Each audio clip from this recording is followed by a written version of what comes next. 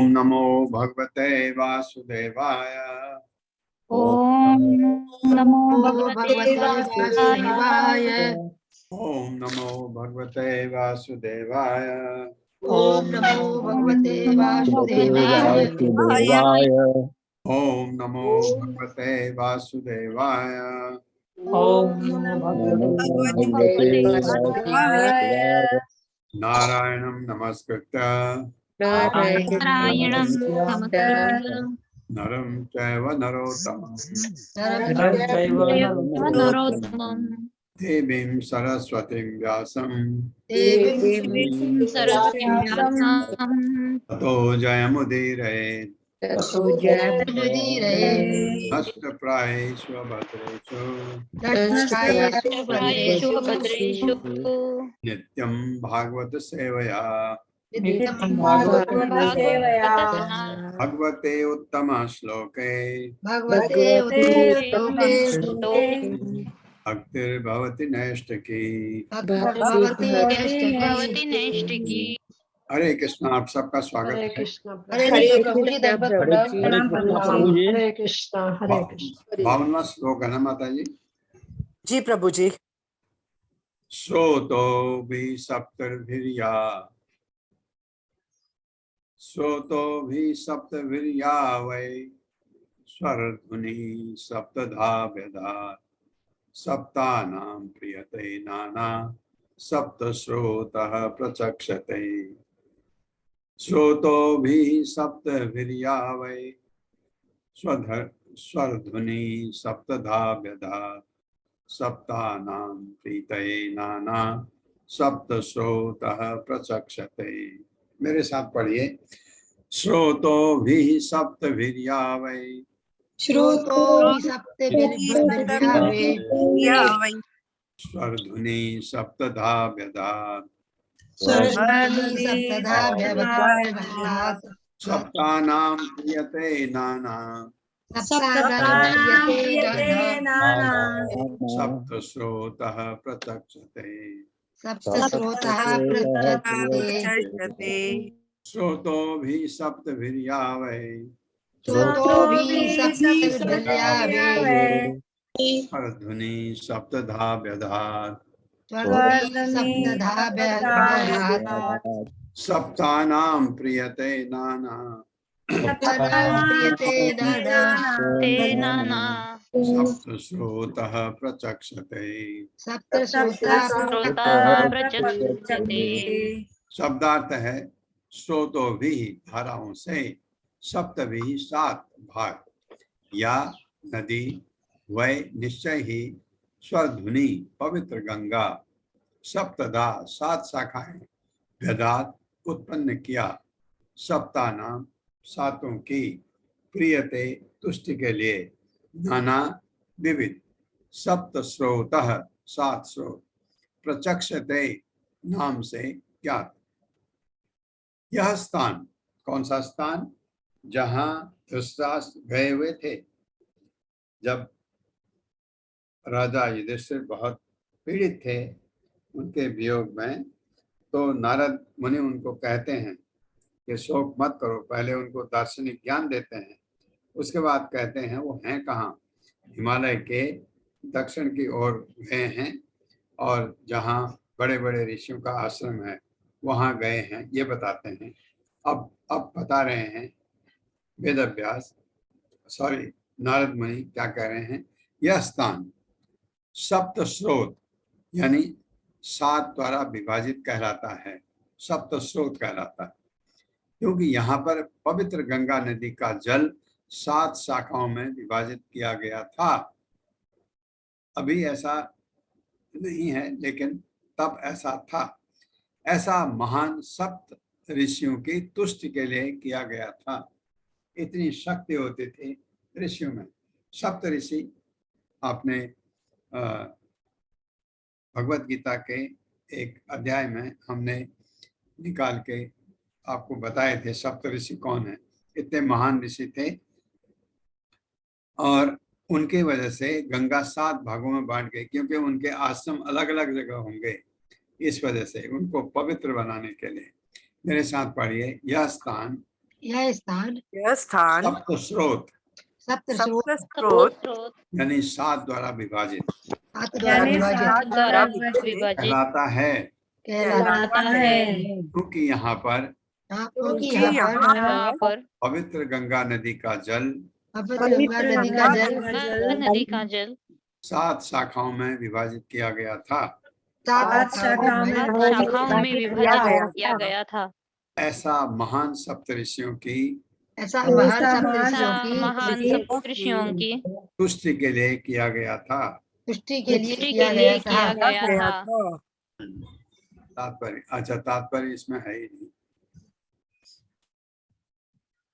53वां श्लोक, स्नात्वा अनुसवनं तस्मिन् स्नात्वा अनुसवनं तस्मिन् भूत्वा चाग्नीन यथा विधि अभक्ष्य उपशान्तात्मा स आस्ते विगतः क्षणः। स्नात्वा अनुसवनं तस्मिन् भूत्वा चाग्नीन यथा विधि अभक्ष्य उपशान्तात्मा स आस्ते विगतः क्षणः। मेरे साथ पढ़िए, स्नात्वा अनुसवनं तस्मिन् भूत्वा चाग्नीन यथा विधि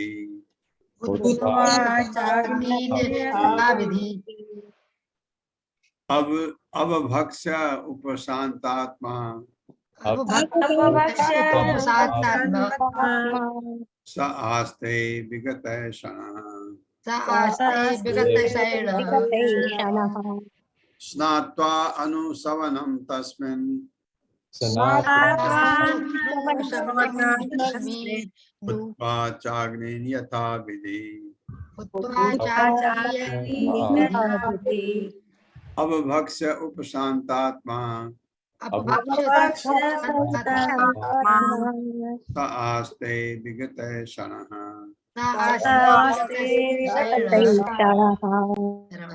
शब्दार्थ, स्नात्वा स्नान करके, अनुसवनम नियमित रूप से 3 बार स्नान का मतलब सुबह, दोपहर और शाम को। तस्मिन् सप्तधा गंगा में, भूत्वा अग्निहोत्र यज्ञ करके, भी अग्नि में यथा विधि शास्त्र के नियमों के अनुसार, अपभक्ष्य केवल जल पीकर उपवास करके, उपशांत पूर्ण रूप से संयमित आत्मा, स्थूल इंद्रियों तथा सूक्ष्म मन स धृतराष्ट्र आस्ते स्थित होंगे, विगत रहित ए क्षणः पारिवारिक कुशलता संबंधी विचार। इस समय सप्त स्रोत के तट पर धृतराष्ट्र नित्य 3 बार प्रातः, दोपहर, संध्या समय स्नान करके, अग्निहोत्र यज्ञ संपन्न करके, अग्निहोत्र यज्ञ होता है जिसमें आग जला करके उसमें आहुति दी जाती है, तथा केवल जल पीकर, सबसे बड़ी बात है, केवल जल पीकर अष्टांग योग का अभ्यास करने में लगे हैं। ये नारद मुनि को दिखता है, बताया ऐसा हो रहा है। इससे मनुष्य को मन तथा इंद्रियों पर संयम करने में सहायता मिलती है। आपने पढ़ा है अष्टांग योग के बारे में, बहुत कठिन है और कोई कर सकता है तो मन इंद्रियों को बस में कर सकता है, और वह पारिवारिक स्नेह संबंधी विचारों से सर्वथा मुक्त हो जाता है। पारिवारिक तो छोड़िए, आप भौतिक जगत से उसके संबंध कट जाते हैं, सिर्फ वो अध्यात्म में रहता है भगवान के साथ। मेरे साथ पढ़िए, इस समय सप्त स्रोत के तट पर धृतराष्ट्र नित्य 3 बार प्रातः, दोपहर तथा संध्या समय स्नान करके, अग्निहोत्र यज्ञ संपन्न करके, तथा केवल जल पीकर अष्टांग योग का अभ्यास करने में लगे हैं। अष्टांग का अभ्यास करने में लगे हैं। इससे मनुष्य को इससे मनुष्य को मन तथा इंद्रियों पर संयम रखने में सहायता मिलती है सहायता मिलती है और वह पारिवारिक स्नेह और वह पारिवारिक संबंधी विचारों से सर्वथा मुक्त हो जाता है। सर्वथा मुक्त हो जाता है। ये भगवान को मिलने का यही तरीका है कि आप भौतिक जगत से अपना संबंध एकदम विच्छेद करके तात्पर्य। संदीप प्रभु जी, हरे कृष्ण। हरे कृष्णा प्रभु जी, हरे कृष्णा सभी को। तात्पर्य श्रीला प्रभुपाद के द्वारा। श्रीला प्रभुपाद की जय। योग पद्धति इंद्रियों तथा मन को वश में करने तथा उन्हें पदार्थ से आत्मा की ओर मोड़ने की यांत्रिक विधि है। इसकी प्रारंभिक विधियां हैं आसन, ध्यान, आध्यात्मिक विचार, प्राणायाम, समाधि तथा परम पुरुष परमात्मा की ओर उन्मुख होना। इस तरह की यांत्रिक विधि से आध्यात्मिक पद तक ऊपर उठने के लिए कुछ विधान नियत किए गए हैं। दिन में 3 बार स्नान करना, जहाँ तक संभव हो उपवास करना, आसन मारकर मन को आध्यात्मिक विषयों में एकाग्र करना तथा इस प्रकार धीरे धीरे विषयाधारक भौतिक ध्येय से मुक्त होना। भौतिक जगत का अर्थ है भौतिक विषय में लिप्त होना, जो ब्रह्म मात्र है। घर, देश, परिवार, समाज, संतान, संपत्ति तथा व्यापार, ये आत्मा के कतिपय आवरण हैं। योग पद्धति इन मोहमय विचारों से मुक्त होने और क्रमशः परम पुरुष परमात्मा की ओर मुड़ने में सहायक होती है। भौतिक संगति तथा शिक्षा द्वारा हम व्यर्थ की वस्तु में केंद्रित होना सीखते हैं, लेकिन योग ऐसी विधि है जिससे हम इन्हें पूरी तरह से भूल जाते हैं।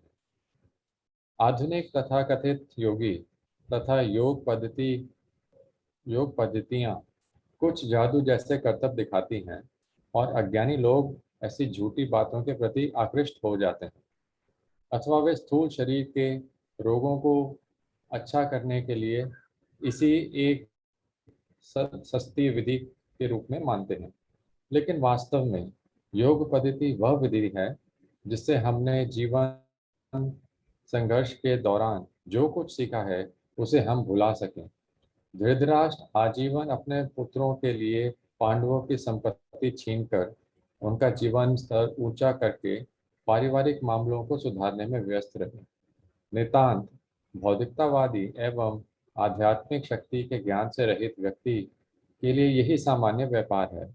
वह यह नहीं देख पाता कि ये किस तरह से उसे स्वर्ग से नरक में घसीट कर ले जा सकते हैं। किंतु अपने छोटे भाई विदुर के अनुग्रह से धृतराष्ट्र को ज्ञान हुआ और वे अपने निपट मोहयुक्त व्यापारों को देख पाए, और ऐसे ज्ञान के कारण ही वे आत्मानुभूति के लिए अपना घर छोड़ सके। श्री नारदेव ऐसे स्थान पर जो स्वर्गिक गंगा के प्रवाह से पवित्र था, उनकी आध्यात्मिक प्रगति की भविष्यवाणी कर रहे थे।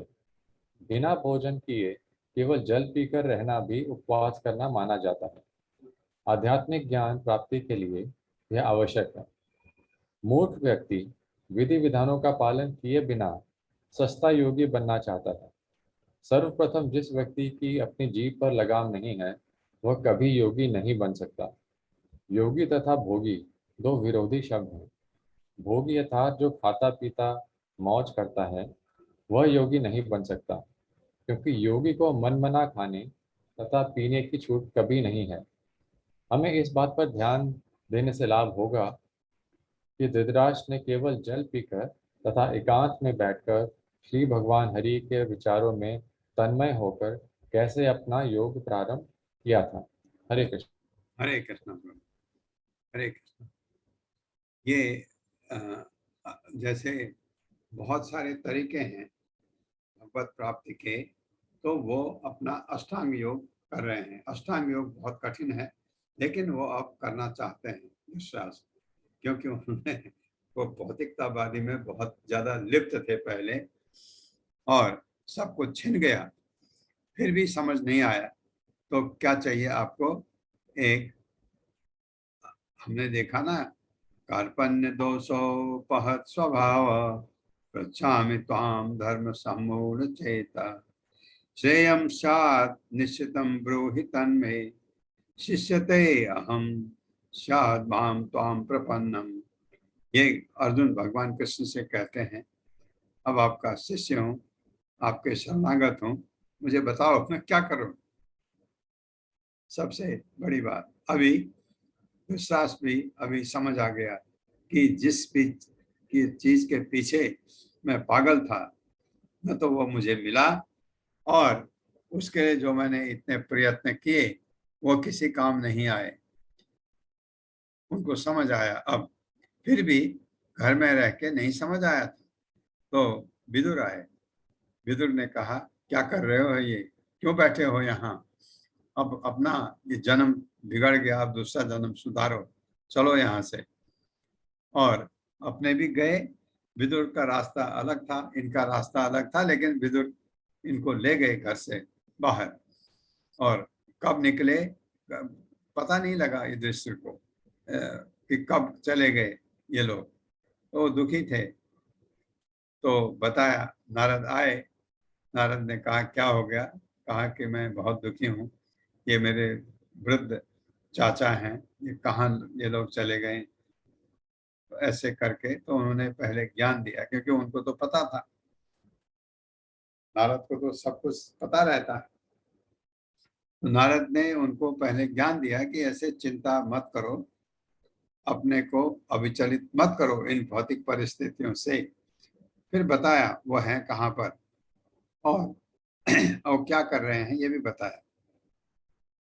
तो इनके तरीके जो हमने भगवत गीता में पढ़े हैं, कर्म योग है एक, ज्ञान योग है दो, भक्ति योग है तीन। ये तो तीन मुख्य योग पद्धतियां हैं जिसके द्वारा हम भगवान तक पहुंच सकते हैं। और दूसरा है आपका ध्यान योग है, अष्टांग योग है, आप लगा करके भी भगवान तक पहुंच सकते हैं। और इनमें ये सब जो है ब्रह्म तक पहुंच सकते हैं। ये भगवान के पास नहीं ले जा सकते आपको, जा सकते हैं आप, भगवान कहते हैं अंततो गत्वा मेरे पास आ जाते हैं। क्योंकि कोई भी उनको भक्त मिला, एक क्षण में भक्त मिल करके बदल जाते हैं, तो उनके लिए भगवत धाम जाना कोई कठिन नहीं। क्योंकि अष्टांग योग करने वाला कुछ भी कर सकता है, इतना कठिन योग है अष्टांग योग। यम नियम ऐसे आपने देखा है, 8 चरण हैं उसके, वो फॉलो कर रहे हैं धृतराष्ट्र, वो सब फॉलो कर रहे हैं। अष्टांग योग फॉलो कर रहे हैं, 3 बार नहा रहे हैं गंगा जी के तट पर, और खाना सिर्फ उपवास, गंगा जल पी करके अपना तपस्या कर रहे हैं। ये बहुत कठिन होता है कि आप खाली पानी पीकर जिंदा रह सकते हैं, क्योंकि पानी के बगैर आदमी की मृत्यु हो जाती है, क्योंकि शरीर में पानी का होना बहुत जरूरी है। तो पानी वो पी रहे हैं, लेकिन क्या होगा, शरीर शिथिल होता जाएगा धीरे धीरे धीरे धीरे। लेकिन अगर वो अष्टांग योग में आगे बढ़ गए और भगवान से उनका तादात्म्य हो गया, किसमें? समाधि में। समाधि किसे कहते हैं? कि मन सिर्फ भगवान पर लगा हो, भौतिक जगत से कट गया एकदम, उसको समाधि कहते हैं। तो वो समाधि तक अगर पहुंच गए, फिर तो पानी की भी जरूरत नहीं होती, ऐसा कहा जाता है। फिर इतनी शक्ति आप में होती है कि आप शरीर को आप रख सकते हैं, क्योंकि आपका मन पूरे हृदय, आपका मन भगवान पर टिका हुआ है। तो अष्टांग योग भी ऐसा है, लेकिन अष्टांग योग में हमने पढ़ा है तो मिलती क्या है, आखिरी प्राप्ति क्या होती है? जो प्राप्ति है वो ब्रह्म की, ब्रह्म तक हम पहुंचते हैं। और भगवान तक पहुंचने के लिए हमको भक्ति करनी पड़ती है, जो प्रभुपाद हमको सिखा रहे हैं कि भक्ति करो भगवत धाम जाओ। तो ये ये जो नारद बता रहे हैं कि ऐसा ऐसा उनके साथ होगा। अब प्रभुपाद अपनी तरफ से कह रहे हैं योग योग योग सीखो, योग सीखो, योग अंतरराष्ट्रीय योग दिवस सब आता है। ये योग शारीरिक व्यायाम है, ये योग ये नहीं है जो योग एक्चुअली है। योग का मतलब जुड़ना, किसका? ये आत्मा परमात्मा से, भगवान से जुड़ना, ये है योग। तो प्रभुपाद कह रहे हैं ऐसे ही योग पद्धतियां निकल गई हैं और शरीर को ठीक करने के लिए लोग इसका इस्तेमाल करते हैं। वो एक्चुअली जो आध्यात्मिक योग की बात होती है उसका इससे कोई लेना देना नहीं। लेकिन वास्तव में योग पद्धति वो विधि है जिससे हमने जीवन संघर्ष के दौरान जो कुछ सीखा है, प्रभुपाद कह रहे हैं, उसे हम ला सकें। जो सीखा है उसको बिल्कुल एकदम स्लेट, आपकी स्लेट होती है ना, उसको वाइप अप कर दीजिए, साफ कर दीजिए, नए नए सिरे से अब शुरू करिए। हरे कृष्ण कृष्ण कृष्ण हरे हरे, हरे राम राम राम हरे। अब भक्ति में आ गया। पहले भौतिक जगत का जो हमारा कलमश है उसको मिटाया साफ करके, ये है उसको हम भुला सकें। धृतराष्ट्र आजीवन अपने पुत्रों के लिए पांडवों की संपत्ति छीनकर उनका जीवन स्तर ऊंचा करके पारिवारिक मामलों को सुधारने में व्यस्त रहे। सोचते थे कैसे ऐसा होगा, दुर्योधन राजा बनेगा, ये होगा वो होगा, इसी चीज पर लगे रहे। नितांत भौतिकवादी एवं आध्यात्मिक शक्ति के ज्ञान से रहित, किससे रहित? आध्यात्मिक ज्ञान से रहित, लेकिन नितांत भौतिकतावादी व्यक्ति के लिए यही सामान्य व्यापार। वो यह नहीं देख पाता कि ये किस तरह उसे स्वर्ग से नरक में घसीट कर ले जा सकते हैं, किंतु अपने छोटे भाई विदुर के अनुग्रह से मिल गया आपका शुभ चिंतक। धृतराष्ट्र को ज्ञान हुआ और वे अपने निपट मोह युक्त व्यापारों को देख पाए। सोचा अरे मैं क्या कर रहा था, कितना गड़बड़ कर रहा था। और ऐसे ज्ञान के कारण ही वे आत्मानुभूति के लिए अपना घर छोड़ सके। जब विदुर ने सिखाया, बताया कि क्या कर रहे हो यहाँ, नरक पे जाना चाहते हो तो कर्म तुम्हारे ऐसे हैं, अब कोशिश करो भगवान की तरफ। श्री नारद देव ऐसे स्थान पर जो स्वर्गीय गंगा के प्रभाव से पवित्र था, उनकी आध्यात्मिक प्रगति की भविष्यवाणी कर रहे थे। बिना भोजन के केवल जल पीकर रहना भी उपवास करना माना जाता है। आध्यात्मिक ज्ञान प्राप्ति के लिए यह आवश्यक है। मूर्ख व्यक्ति विधि विधानों का पालन किए बिना सस्ता योगी बनना चाहता है। सर्वप्रथम जिस व्यक्ति की अपनी जीभ पर लगाम नहीं है वो कभी योगी नहीं बन सकता। जीभ के दो किस्म के हैं लगाम। एक तो जीभ चटोरी है, वो लगाम हर चीज खाना चाहते हैं स्वादिष्ट। दूसरा जीभ बोलते जाते हैं कुछ भी, वही बोलिए जो भगवान से संबंधित हो। योगी तथा भोगी दो विरोधी शब्द हैं। भोगी कभी योगी नहीं बन सकता और योगी कभी भोगी बनना ही नहीं चाहेगा। भोगी अर्थात जो खाता पीता, जो भोग करता है चीजों का, भौतिक चीजों का जो भोग करता है, वो योगी नहीं बन सकता, क्योंकि योगी को मनमाना खाने या पीने की छूट कभी भी नहीं है। हमें इस बात पर ध्यान देने से लाभ होगा कि धृतराष्ट्र ने केवल जल पीकर एकांत में बैठकर भगवान हरि के विचारों में तन्मय होकर कैसे अपना योग प्रारंभ किया था। कि वो कैसा था? भौतिकतावादी, हम भी वही हैं। हम उससे धृतराष्ट्र को हम कहते हैं ऐसा है, हम कैसे हैं? हम भी वैसे ही हैं। तो वो चीज हमको धृतराष्ट्र ने हटाया, तो हमारे लिए उपदेश नहीं है ये कि आप भी भौतिकतावादी से हटो और भगवान की तरफ अपने मुड़ जाओ। अब बहुत हो गया। 54वां श्लोक है, जितासनो जितश्वासः प्रत्याहृत षडेन्द्रियः हरि भावनया ध्वस्त रजः सत्व तमो मलः। जितासनो जितश्वासः प्रत्याहृत षडिन्द्रियः हरि भावनया ध्वस्त रजः सत्व तमो मलः। मेरे साथ पढ़िए। जितासनो जितश्वासः चितासनो जितश्वासः त्याहृत षडिन्द्रियः प्रत्याहृत षडिन्द्रियः हरि भावनया ध्वस्त हरिभावनया ध्वस्त रजः सत्व तमो मलः। रजः सत्त्वतमो मलः। जितासनो जितश्वासः चितासनो जितश्वासः प्रत्याहृत षडिन्द्रियः प्रत्याहृत षडिन्द्रियः हरि भावनया ध्वस्त हरिभावनया ध्वस्त रजः सत्व तमो मलः। सत्त्वतमो मलः। शब्दार्थ। जित आसनः, जिसने आसनों पर विजय प्राप्त कर ली है। बहुत अच्छा शब्द है। जित श्वासः, जिसने श्वास प्रकम को बस में कर लिया है। प्रत्याहृत, पीछे मुड़कर। षट, छह इंद्रियः, इंद्रियां। छह इंद्रियां मतलब एक मन भी हुआ ना। हरि, भगवान में। भावनया, तन्मय। त्वस्त, विजित। रजः, रजोगुण। सत्व, सतोगुण। तमः, तमोगुण। मलः, कल्मष। जिसने भौतिक आसनों तथा श्वास लेने की विधि को वश में कर लिया है, वह अपनी इंद्रिय को पूर्ण पुरुषोत्तम भगवान के प्रति मोड़कर भौतिक प्रकृति के गुणों अर्थात सत्वगुण, रजोगुण, तमोगुण के कल्मष के प्रति निर्लिप्त बन जाता है।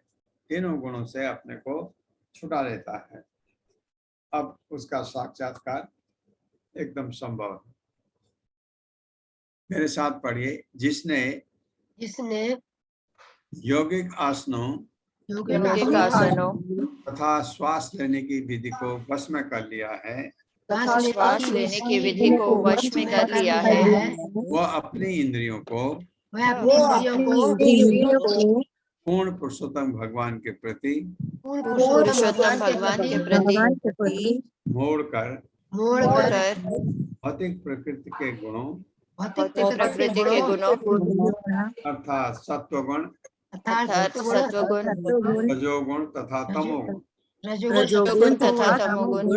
के कल्मष के प्रति निर्लिप्त बन जाता है।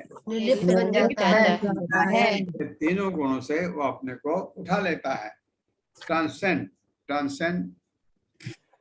कर लेता है अपने को। इस प्रकृति के तीन गुणों से ऊपर उठ जाता है। तात्पर्य। शकुंतला माता जी, हरे कृष्णा। हरे कृष्णा प्रभु जी, हरे कृष्णा माता जी। पढ़िए माता जी। श्रील प्रभुपाद की जय। श्रील प्रभुपाद के द्वारा तात्पर्य। योग विधि की प्रारंभिक गतिविधियां हैं आसन, प्राणायाम, प्रत्याहार, ध्यान, धारणा इत्यादि। महाराज धृतराष्ट्र को इन प्रारंभिक कार्यों में सफलता प्राप्त करनी थी, क्योंकि वे पवित्र स्थान पर आसीन थे और एक ही लक्ष्य अर्थात हरि पर ध्यान लगाए हुए थे। इस तरह उनकी सारी इंद्रियां भगवान की सेवा में लगी थी। यह विधि भक्त को भौतिक प्रकृति के तीनों गुणों के कल्मष से मुक्ति दिलाने में सहायक होती हैं। जब भौतिक सतोगुण भी, जो कि सर्वोच्च गुण है, वह बंधन का कारण है, तो अन्य गुणों रज तथा तम के विषय में क्या कहा जाए। रज तथा तम गुणों से भौतिक भोग की इच्छा बढ़ती है और प्रबल कामेक्षा से संपत्ति तथा शक्ति के संचय को बल मिलता है। जिसने इन दोनों अधम प्रवृत्तियों को जीत लिया और अपने आप को सत्व गुण के स्तर तक उन्नत कर लिया है, जो ज्ञान तथा नैतिकता की परिपूर्ण है, वह भी इंद्रियों को अर्थात नेत्र, जीव, नाक, कान तथा स्पर्शेंद्रियों को वश में नहीं कर सकता। किंतु जिसने उपर्युक्त विधि से भगवान हरि के चरणों में आत्मसमर्पण कर दिया है, वह भौतिक प्रकृति के गुणों के प्रभावों को पार कर सकता है और भगवान की सेवा में स्थिर हो सकता है। अतएव भक्ति योग विधि इंद्रियों को सीधे भगवान की प्रेमामयी सेवा में लगाती है। इससे कर्ता भौतिक कार्यकलापों में नहीं लग पाता। इंद्रियों को भौतिक आसक्ति से मोड़कर भगवान की दिव्य प्रेमामयी सेवा में लगाने की यह विधि प्रत्याहार कहलाती है और यह सारी प्रक्रिया प्राणायाम कहलाती है, जिसका अंत समाधि में अर्थात सभी तरह से परमेश्वर हरि को प्रसन्न करने के लिए तन्मय रहने में होता है। हरे कृष्णा प्रभु जी। हरे कृष्ण माता जी, हरे कृष्ण। ये विधि बताई है, अष्टांग योग की विधि बताई है, जिसमें धीरे धीरे पहले तो आपके नियम कुछ पालन करने होते हैं, यम नियम, कुछ आपके शारीरिक नियम हैं, कुछ आपके आध्यात्मिक नियम हैं जो आपको करने होते हैं। आपको बहुत ज़्यादा नहीं खाना है, बहुत कम भी नहीं खाना है, ताकि आप अष्टांग योग कर ही ना पाए, ऐसा भी है उसमें। आप ये कहेंगे तो योगी बहुत कम खा के रहते हैं, अभी वो तो जल पी के रह रहे हैं। हाँ, वो स्थिति आती है बाद में, एक स्थिति आती है जब आप इस चीज को कर लेते हैं। जैसे क्या कहा कि आप प्राण और अपान वायु का कंट्रोल दोनों का कर लिया तो आपकी उम्र को भी आप बढ़ा सकते हैं, ऐसा कहा जाता है योगी। अब बात यह होती है, दूसरा सवाल आप खड़ा करते हैं कि आपने तो कहा था कि 1 सेकंड भी ज्यादा जो आपका समय है वो नहीं बढ़ सकता। बढ़ सकता है, भगवान सैंक्शन करेंगे तो बढ़ेगा। भगवान अगर सैंक्शन करते हैं तो बढ़ता है। प्रभुपाद तो जाने वाले थे, प्रभुपाद ने जब रोने लग गए सब लोग, उनके भक्त डिसाइपल अमेरिका में, प्रभुपाद ने कहा एक काम करो, रो मत, नृसिंहदेव भगवान को प्रार्थना करो कि इफ यू सो डिजायर, भगवान को अगर आप चाहें तो, अगर भगवान नहीं चाहते तो कुछ हो नहीं सकता। अगर आप चाहें तो हमारे गुरु को बचा दीजिए, क्योंकि हमारा ये मिशन अभी कंप्लीट नहीं हुआ। ऐसे रात को उन लोगों ने रात भर प्रार्थना की नृसिंहदेव भगवान को। कोई उनके कवच पढ़ा, कोई उनको प्रार्थना किया, कोई उनको आरती किया, ये लगे रहे रात भर। और भगवान नृसिंहदेव ने कहा तथास्तु, बढ़ा दी है, प्रभुपाद ठीक हो गए। तो मिशन तो प्रभुपाद ने कहा मैंने जो करना था वो कर लिया, अब तुमको इसको आगे बढ़ाना है। फिर भी ऐसे स्पिरिचुअल मास्टर, ऐसे आध्यात्मिक गुरु को कौन छोड़ना चाहेगा। तो वो मतलब जो लोग कभी भावुक होते ही नहीं हैं, रोने लग गए, तो नरसिंहदेव भगवान ने उनकी प्रार्थना को सुना, उम्र बढ़ गई। ऐसे ही ये अष्टांग योग में जब आप ये प्रत्याहार, प्राणायाम और प्रत्याहार जो आता है इसको पढ़िएगा, ये इसमें आ जाते हैं तो आप अपनी उम्र को, अगर आपके श्वास प्राण वायु और अपान वायु का दोनों का कोई तालमेल होता है, एक को ऊपर नहीं जाने देना, एक को नीचे नहीं जाने देना, स्थिर हो गया तो आप उम्र को बढ़ा सकते हैं। और भगवान सैंक्शन करते हैं, क्योंकि आप क्यों कर रहे हैं ये, आप ये क्यों कर रहे हैं, भक्ति के लिए भगवान तक पहुंचना चाहते हैं, तो आप दृढ़ हैं तो भगवान सैंक्शन करते हैं, आपकी उम्र बढ़ती है। आप जैसे आप बीमार होते हैं, एक ट्यूमर है आपके ब्रेन में, और आप गए हॉस्पिटल और खोला, डॉक्टर ने आपका ट्यूमर निकाला, आप ठीक हो जाते हैं। क्यों ठीक होते हैं, भगवान ने सैंक्शन किया, ऑपरेशन जो है ठीक हो गया। और किसी का नहीं सैंक्शन करते हैं, वो ऑपरेशन टेबल पर ही मर जाता है। ये भगवान इसको सैंक्शन करते हैं।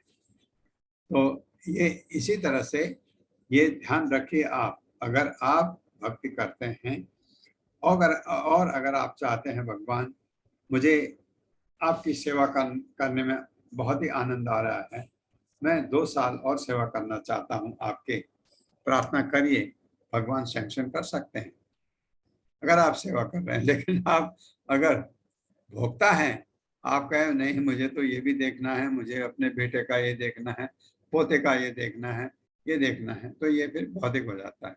आध्यात्मिक चीज के लिए अगर आप भगवान से कुछ मांगते हैं तो मिलने की संभावना रहती है। तो इसमें प्रभुपाद ने ये जो बताया है सतोगुण, जब भौतिक सतोगुण भी जो सर्वोच्च गुण है, भव बंधन का कारण है। सतोगुण प्रकृति के 3 गुणों में सबसे अच्छा गुण है।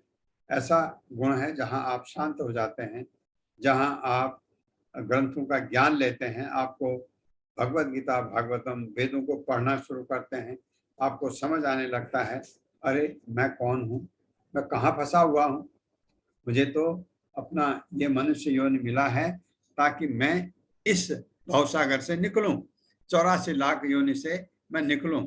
मैं तो इतना टाइम बर्बाद कर दिया, अब क्या करूं। अब भक्ति किया, कोई गुरु लिया, गुरु के मदद से जो वो कहते हैं करता रहा तो मैं अपना जीवन सुधार सकता हूँ। कौन सा? अगला अगला ये जीवन तो आ गया, अगला जीवन सुधार सकते हैं। आप सीधे भगवत धाम जा सकते हैं, भगवान के सांसद बन सकते हैं, और वहां पर कोई किस्म की आपको दुख होता है ना, हमको दुख कभी होता है, कभी कोई चीज आपकी खो जाती है, दुख होता है। कोई कोई बहुत प्रिय मित्र आपका इस धरती को छोड़ के चला जाता है, दुख होता है। वहां कोई दुख नहीं, किस चीज का दुख? आपका मित्र है, हाँ है, वो मरता ही नहीं, वो बीमार भी नहीं होता, किस चीज का दुख? दुख तो वहां है ही। दुख तो खाली हमारे भौतिक जगत में है। वहां सुख ही सुख है। सुख यहाँ भी है, क्षणिक है, और सुख के पीछे दुख है। कोई सुख ऐसा है ही नहीं जिसमें जो दुख से लगना लगा हो। ये चीज यहाँ है, वहां ऐसा नहीं है।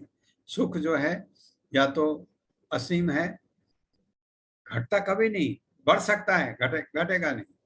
तो आप हमेशा सुखी रहना चाहते हैं ना, प्रसन्न रहना चाहते हैं, आनंद का भोग करना चाहते हैं, तो वही तो वहां है भगवत धाम में। तो ये प्रभुपाद कह रहे हैं रज और तम गुण, जब सतोगुण में भी हमारा भला नहीं होने वाला है, क्योंकि प्रकृति का गुण है, उसमें हमें गड़बड़ होने लगती है। सतोगुण बहुत अच्छा है, आप आगे को बढ़ने के लिए अच्छा है, लेकिन गुण है प्रकृति का। अभी आपका एक टांग पकड़ रखी है सतोगुण ने, थोड़ा नीचे माया ने खींचा, आप रजोगुण में आ सकते हैं, कोई देर नहीं लगती। माया इतनी शक्तिशाली है कि वो कुछ भी कर सकती है, इसलिए सतोगुण से तो प्रभुपाद करें, रजो और तमो की तो बात ही क्या करनी है, उसमें तो भक्ति हो ही नहीं सकती। अगर आप रजोगुण में हैं या तमोगुण में हैं तो भक्ति तो हो ही नहीं सकती। भक्ति करने के लिए आपको सतोगुण में आना ही पड़ता है, और जब सतोगुण में आपको आनंद आता है तो आप बताइए, अगर इस गुण को छोड़ दें, वैष्णव बन जाए, कितना आनंद आता होगा, ये समझ सकते हैं। तो प्रकृति के 3 गुणों से हमको मुक्त होना है। विज्ञान आत्मनि संयोज्य क्षेत्रज्ञे प्रविलाप्यतम ब्रह्मणि आत्मानम् आधारे घटांबरम इवांबरे।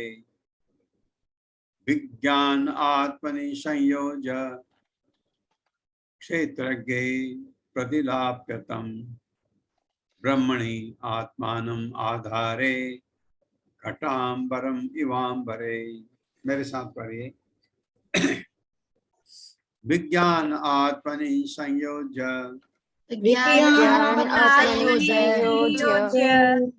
क्षेत्रज्ञे प्रविलाप्यतम ब्रह्मणि आत्मानम् आधारे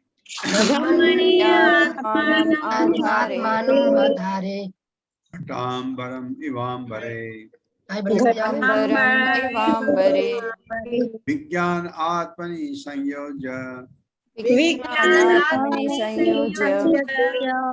क्षेत्रज्ञे प्रविलाप्यतम क्षेत्र के प्रव्याप्यतम ब्रह्मणि आत्मानम् आधारे ब्रह्मणि आत्मानम् आधारे घटाम्बरम् इवाम्बरे। घटाम्बरम् इवाम्बरे। शब्दार्थ: विज्ञान, शुद्ध पहचान, आत्मनि बुद्धि में, संयोज्य ठीक से स्थिर करके, क्षेत्रज्ञ जीव में, परिलाप्य तादात्म्य करके, तम उसको, ब्रह्मणि सर्वोपरि में, आत्मानम शुद्ध जीव, आधारे आधार में, घट अंबरम घट के भीतर आकाश, इव सदृश अंबरे परम व्योम में, मतलब परम व्योम का मतलब स्पिरिचुअल स्काई। विश्वास को अपनी शुद्ध सत्ता को बुद्धि में संयोजित करके, तब परम पुरुष के साथ जीव के रूप में गुणों के एकात्मकता के बोध सहित पर ब्रह्म के साथ तदाकार होना होगा। ये नारद कह रहे हैं। घटाकाश से मुक्त होकर उन्हें आध्यात्मिक आकाश ऊपर तक उठना होगा। आध्यात्मिक आकाश में उठने का मतलब भगवत धाम जाना। मेरे साथ पढ़िए। धृतराष्ट्र को अपनी शुद्ध सत्ता को बुद्धि में संयोजित करके तब परम पुरुष के साथ जीव के रूप में गुणों के एकात्मता के बोध सहित परम ब्रह्म के साथ तदाकार होना होगा। घटाकाश से मुक्त होकर उन्हें आध्यात्मिक आकाश ऊपर तक उठना होगा। अभी उनके लिए काफी काम है। अभी ये भौतिक जगत से अपने को त्याग करके वो परव्योम आकाश तक उनको उठना है। ये कह रहे हैं नारद मुनि। तात्पर्य। वंदना माता जी। हरे कृष्णा प्रभु जी। हरे कृष्णा माता जी। शिल प्रभुपाद द्वारा शिल प्रभुपाद की जय। तात्पर्य। जीव भौतिक जगत पर प्रभुता जताने तथा परमेश्वर के साथ सहयोग न करने की इच्छा से महत तत्व से संपर्क करता है और इस महत तत्व से भौतिक जगत, बुद्धि, मन तथा इंद्रियों के साथ उसकी झूठी पहचान बनती है।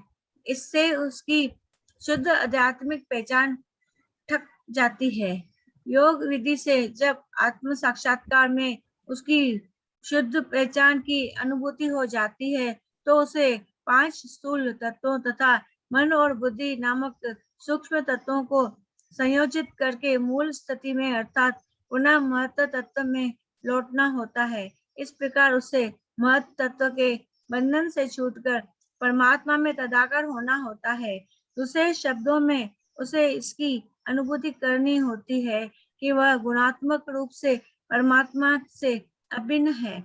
इस तरह से वह अपनी शुद्ध पहचान करके भौतिक आकाश को पार कर सकता है और इस प्रकार भगवान की दिव्य प्रेमा भक्ति में लग जाता है। धृतराष्ट्र ने विदुर तथा भगवान की कृपा से आध्यात्मिक पहचान की यह सर्वोच्च सिद्धि अवस्था प्राप्त कर ली। विदुर के व्यक्तिगत संपर्क से उन्हें भगवान की कृपा प्राप्त हो सकी और जब वे विदुर के उपदेशों का वास्तविक में पालन कर रहे थे तब भगवान ने सिद्ध अवस्था प्राप्त करने में उनकी सहायता दी। भगवान का शुद्ध भक्त ना तो भौतिक आकाश के किसी ग्रह पर रहता है, ना ही वह भौतिक तत्वों से किसी प्रकार के संपर्क का अनुभव करता है। भगवान के उद्देश्य के समान ही उद्देश्य की आध्यात्मिकता धारा से परिपूरित होने के कारण उसके तथाकथित भौतिक शरीर का अस्तित्व नहीं रहता और इस तरह वह महत्व तत्व के सारे कल्मश से सदा के लिए मुक्त हो जाता है और सदैव आध्यात्मिक आकाश में रहता है, जिसे वह अपनी भक्ति में सेवा के प्रभाव से 7 भौतिक आवरणों को भेद कर प्राप्त करता है। बद्ध जीव इस आवरणों के भीतर रहते हैं, जबकि मुक्त जीव इससे परे होते हैं। हरे कृष्ण प्रभु जी। हरे कृष्ण। 7 आवरण है ना आपके चारों तरफ, ये हमारा जो भौतिक जगत है 7 आवरण है। एक आवरण दूसरे से कितना गुना बड़ा, वो उससे कितना गुना बड़ा, ऐसे आवरण मोटे होते जाते हैं।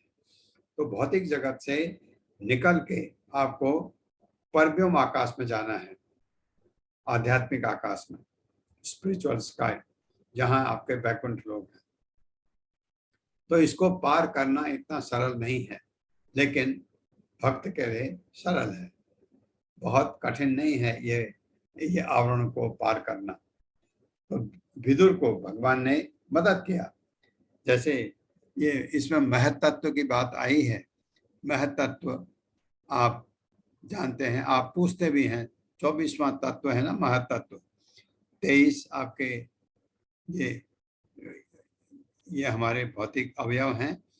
24वां महत्त्व है वो, जिससे ये भौतिक जगत बनता है और भगवान की एक दृष्टि पड़ती है, ये उत्पन्न हो जाता है। ये है सब मिलकर के, ये क्या है, पदार्थ। तो इस पदार्थ से अपने को चिपकाना नहीं है हमको, हम इससे चिपक जाते हैं। ओ मेरा घर, मेरे खिड़की मेरे खिड़की पर मेरा ये सामान, मेरे अलमारी में मेरा ये सामान, क्या है ये सब पदार्थ है। ये आपके जो 24 तत्व हैं, मन बुद्धि अहंग, ये आपके 5 पंच महाभूत, 5 ज्ञानेंद्रियां, 5 ज्ञानेंद्रिय के विषय 15, 5 कर्मेंद्रियां 20, मन बुद्धि अहंकार 23, 24वां महत्त्व, जिससे भौतिक जगत बनता है। इससे हमको हटना है। ये इससे हटने को क्या कहते हैं? इससे हटने को सांख्य योग। सांख्य योग का मतलब है पदार्थ से मत चिपको, पदार्थ से अपने को अलग करो। भक्ति योग क्या कहती है? भगवान की तरफ मोड़ो। तो आप ये जो सांख्य योग है भगवान कपिल वाला, और भक्ति योग, दोनों में कोई फर्क नहीं है, ये बता रहे हैं। तो आपका इस तरह मन एकदम भगवान की तरफ मुड़ जाएगा अगर आप ये कर सकते हैं।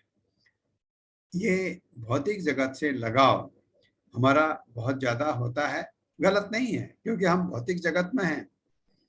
भौतिक जगत में है, प्रकृति के 3 गुणों से हम लिपटे हुए हैं। तो जो आप चाहते हैं मैं ये करूं, सब कोई गलत नहीं है, लेकिन हमको ज्ञान नहीं है। जब ज्ञान आ गया आपको, अरे ये तो क्षणिक है।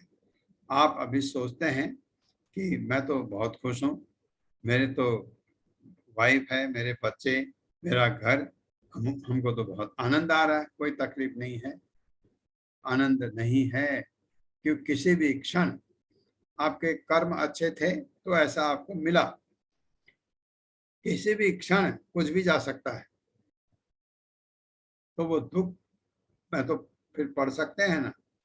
कोई ऐसा हो ही नहीं सकता जो भौतिक जगत में सुखी सुख भोगता, क्योंकि ऐसा सुखी सुख हमेशा एक सा या जो बढ़ता है वो तो आध्यात्मिक जगत में है, वो तो भगवत धाम में है, यहाँ कैसे हो सकता है।